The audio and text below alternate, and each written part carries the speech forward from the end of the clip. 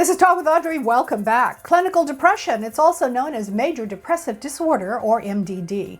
It's one of the most common mental disorders in the U.S., according to the recent Centers for Disease Control and Prevention, and approximately 1 in 5 U.S. adults reported receiving a diagnosis of depression by a healthcare provider. Cami Harris is a board-certified physician's assistant in interventional psychiatry in Raleigh, North Carolina. We're going to talk today about the signs and symptoms and challenges of treating depression and what people should do if they're struggling with their depressive symptoms. Welcome, Cami. Thank you for having me. Clinical depression is very, very common. I think that everyone under the sound of my voice either knows someone or they themselves have experienced what it feels like to be depressed.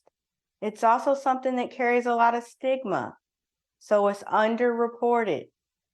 A depressed patient usually doesn't want to go anywhere. They don't want to do anything. They want to self-isolate. And oftentimes they experience crying spells, feelings of guilt, and changes in appetite and sleep. Unfortunately, this patient has become hopeless. And it's that hopelessness that I think most people recognize. I understand that some depression is treatment resistant. So if you go to the doctor and you're prescribed medication or therapy, what makes some types of depression treatment resistant? Okay, so to earn a diagnosis of treatment-resistant depression, you simply have to fail at least 2 antidepressants. And if anyone knows anything about psychiatry, that is really not hard to do. In my clinic, I see treatment-resistant depression patients every day, and I am using Spravato, which is an S-ketamine nasal spray, and it works differently in the brain than any other medication.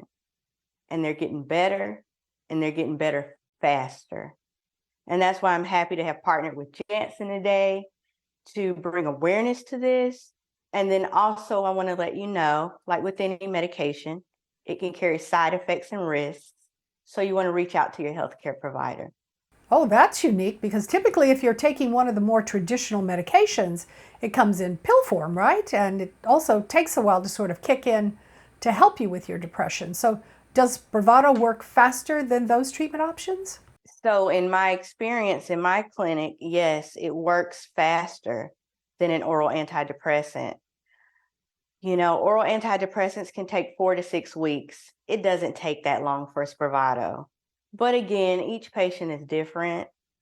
I want you to talk to your healthcare provider and just get more information to see if you're the right candidate.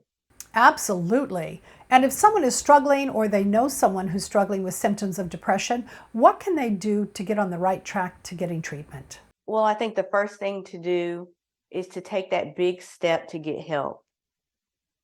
Secondly, be an active participant in your care.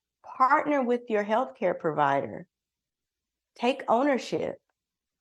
And lastly, and this one is often taken for granted, have a mindset that getting better is actually possible.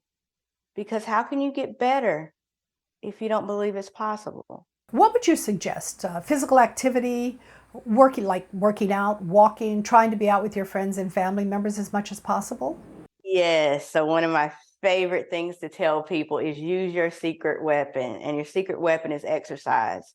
Because what it actually does is it increases the body's natural antidepressants.